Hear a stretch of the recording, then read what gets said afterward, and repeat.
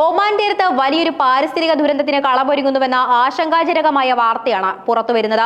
അപകടത്തിൽപ്പെട്ട എണ്ണക്കപ്പലിൽ നിന്നുള്ള ചോർച്ച കരയിലേക്ക് വ്യാപിച്ചതായി ഐക്യരാഷ്ട്രസഭ ഔദ്യോഗികമായി സ്ഥിരീകരിച്ചു കഴിഞ്ഞു. കഴിഞ്ഞ ജൂൺ 30-നാണ് കരോലിൻ ബെസംഗി എന്ന ക്രൂഡ് ഓയിൽ ടാങ്കർ ഒമാൻ തീരത്ത് അപകടത്തിൽപ്പെടുന്നത്. ഏകദേശം 10 ലക്ഷം ബാരൽ ക്രൂഡ് ഓയിലുമായി സഞ്ചരിച്ച കപ്പൽ നിലവിൽ ഷർബിദാത്ത് തീരത്തുനിന്ന് 22 നോട്ടിക്കൽ മൈൽ അകലെയാണ്. എന്നാൽ സ്ഥിതിഗതികൾ കൂടുതൽ വഷളാക്കിക്കൊണ്ട് അൽഖിബ്ലിയ ദ്വീപിന് സമീപത്തു നിന്നും എണ്ണ ഒമാന്റെ പ്രധാന കരഭാഗങ്ങളിലേക്ക് എത്തിത്തുടങ്ങിയിരിക്കുന്നു. ഒമാൻ സുൽത്താനേറ്റിന്റെ തെക്കുകിഴക്കൻ തീരത്തുള്ള റാസ് മദ്രക മേഖലയിലെ കടൽ തീരങ്ങൾ ഇതിനകം തന്നെ കറുത്ത എണ്ണയടയാളങ്ങളാൽ മലിനമായി കഴിഞ്ഞു.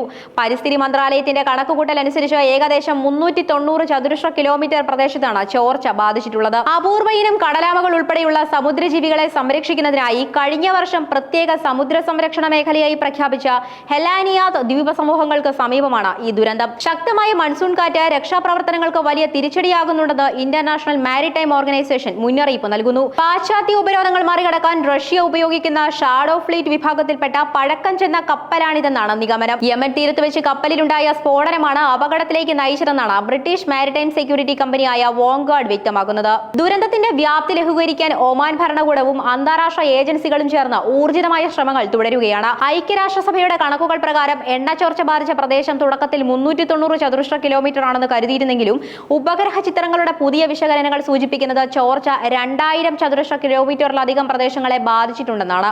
അറേബ്യൻ കടലിലെ സമുദ്ര സംരക്ഷണ മേഖലയായ അൽഖിബ്ലിയ ദ്വീപിന്റെ തീരങ്ങളെ പൂർണ്ണമായും വലയം ചെയ്ത എണ്ണപ്പാടം ഒമാന്റെ പ്രധാന കരയിലേക്കും പ്രത്യേകിച്ച് റാസ് മദ്രക മേഖലയിലെ ഏകദേശം 40 കിലോമീറ്ററോളം വരുന്ന കടൽ തീരങ്ങളിലേക്കും വ്യാപിച്ചു കഴിഞ്ഞു. കൂടാതെ മസ്ര ദ്വീപിന്റെ തെക്കൻ തീരങ്ങളിലേക്കും ഇത് ഉടൻ എത്തിയേക്കാമെന്നും ഔദ്യോഗിക മുന്നറിയിപ്പുകളുണ്ട്.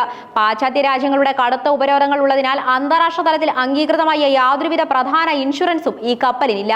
സാധാരണയായി ഇത്തരം വലിയ എണ്ണ ചോർച്ചകളിൽ ക്ലീനപ്പ് ജോലികൾക്കും നഷ്ടപരിഹാരത്തിനുമുള്ള ഫണ്ടുകൾ നൽകേണ്ട സമുദ്ര ഇൻഷുറൻസ് ഫണ്ടുകൾ ഇത് ഒരു അപകടമല്ല, മറിച്ച് യുദ്ധസമാനമായ സാഹചര്യമോ സംഘർഷമോ ആണെന്ന കാരണം പറഞ്ഞ് ഇപ്പോൾ ഉത്തരവാദിത്തത്തിൽ നിന്നും പിൻവലിഞ്ഞിരിക്കുകയാണ്. റഷ്യയിലെ കരിങ്കടൽ തുറമുഖമായ നോവോറോസിസ്ക് തുറമുഖത്തു നിന്നും ഏഷ്യൻ രാജ്യങ്ങളിലേക്ക് ഏകദേശം 8 ലക്ഷം മുതൽ 10 ലക്ഷം വരെ ബാരൽ ക്രൂഡ് ഓയിലുമായി പുറപ്പെട്ട കപ്പലാണിത്. കാമറൂണിന്റെ പതാകയേന്തി സർവീസ് നടത്തിയിരുന്ന ഈ കപ്പൽ റഷ്യൻ എണ്ണ കച്ചവടത്തിന് ഉപയോഗിക്കുന്ന പഴക്കം ചെന്ന ഷാഡോ ഫ്ലീറ്റ് നിരയിൽപ്പെട്ടതാണെന്നാണ് സ്ഥിരീകരിച്ചത്.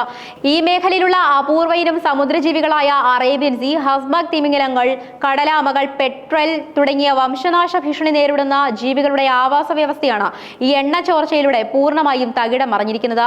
ഗ്രീൻ പീസ് ഉൾപ്പെടെയുള്ള അന്താരാഷ്ട്ര സംഘടനകൾ ഇതിനെ സമീപകാലത്തെ ഏറ്റവും വലിയ പാരിസ്ഥിതിക ദുരന്തങ്ങളിൽ ഒന്നായാണ് വിശേഷിപ്പിച്ചിരിക്കുന്നത്.